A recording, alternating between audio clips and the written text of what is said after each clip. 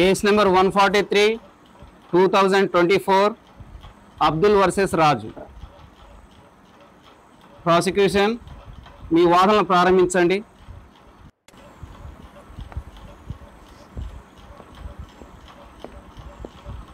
దయచేసి మీ పేరు ఈ కోర్టుకి చెప్పగలరా? मेरा नाम अब्दुल है। మీరు ఏం చేస్తుంటారు? मैं बिहार में रहता हूँ और कंपनी के पेट्रोल पंप पर काम करता हूँ। ఆ రోజు ఏం జరిగిందో స్పష్టంగా చెప్పగలరా? मैं पेट्रोल पंप पर काम कर रहा था तो साहब आए। उन्होंने कहा टैंक फुल करने के लिए। मैं टैंक फुल कर रहा, तब वो फोन पर बात कर रहे थे। मैं कहा कि साहब फोन मत यूज करिए, मेरी नौकरी खतरे में होगी। तो उन्होंने गुस्से से देखकर फोन रखा और उन्होंने कहा कि कितना हुआ। मैंने कहा 800 रुपये।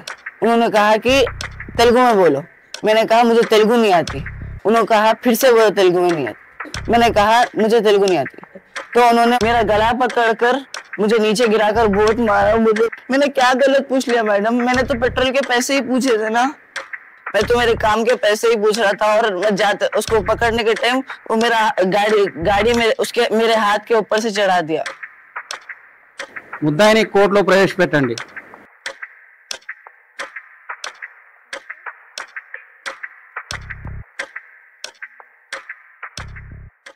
చూశారా, తెలుగులో మాట్లాడలేదని కొట్టారంట, పైగా డబ్బులు కూడా ఇవ్వడారంట.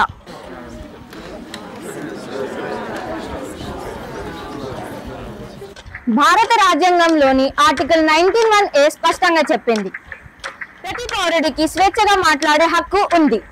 అబ్దుల్ హిందీలో మాట్లాడడం నేరం కాదు, అది ఆయన హక్కు. ఈరోజు భాష ఆధారంగా కొట్టారు, రేపు జాతి పేరుతో కొడతారా, మతం పేరుతో కొడతారా?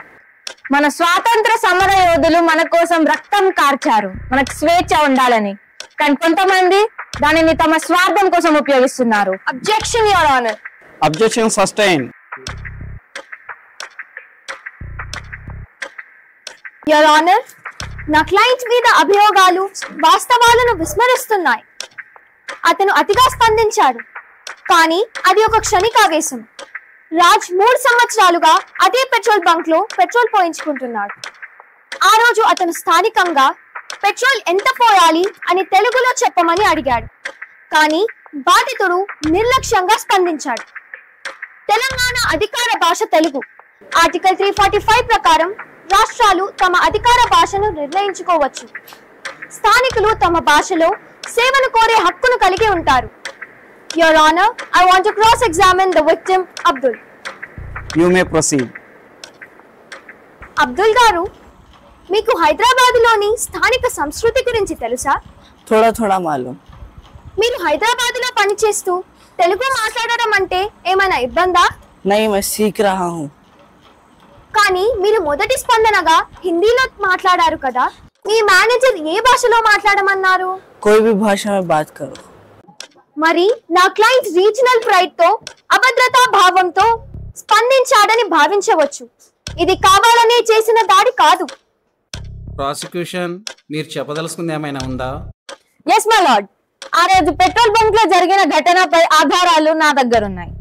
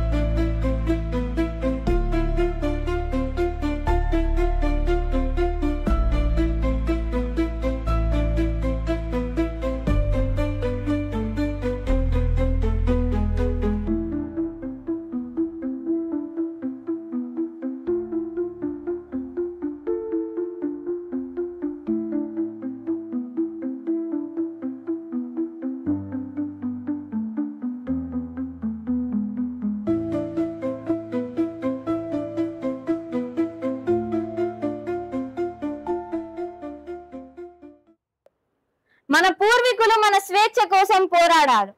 ఆ స్వేచ్ఛను మనం గౌరవించాలి, గర్వించాలి, కానీ ఆయుధాల్లో మలుచుకోకూడదు. భాషలు కమ్యూనికేషన్ కోసమే, ప్రామాణికతకి కాదు.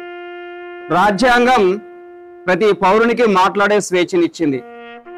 ఆర్టికల్ 19(1)A ప్రకారం ఎవరు ఏ భాషలైనా మాట్లాడే హక్కు ఉంది.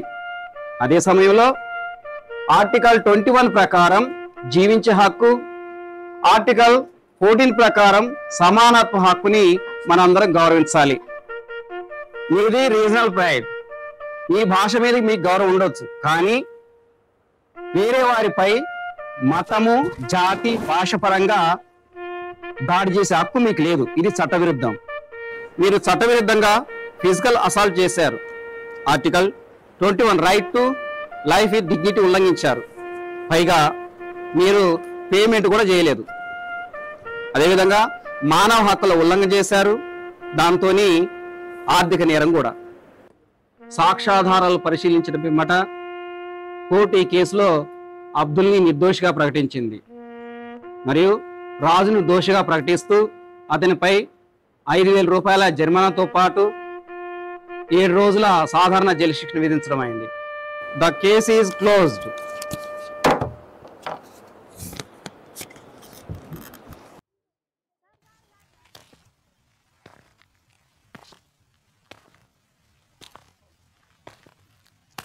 I may speak Hindi, but I belong here too.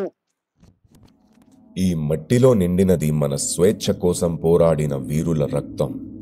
ఆ పోరాటం మనకు హక్కులు ఇచ్చింది. మాట్లాడే హక్కు, జీవించే హక్కు, మనిషిగా గౌరవంగా బ్రతికే హక్కు. కానీ ఆ హక్కులను కొందరు పేదవారిని దూషించడానికి, భయపెట్టడానికి, మనిషిని మనిషిగా చూడకుండా ఒక శబ్దాన్ని ఆధారంగా చేసుకొని కులాన్ని, భాషను ఆయుధంగా మార్చేస్తున్నారు. భాష అనేది మాటల కోసం. మానవత్వం మాత్రం మన హృదయంలో ఉండాలి. ఎవరు ఏ భాష మాట్లాడినా వాళ్ళు కూడా మనవాళ్లే.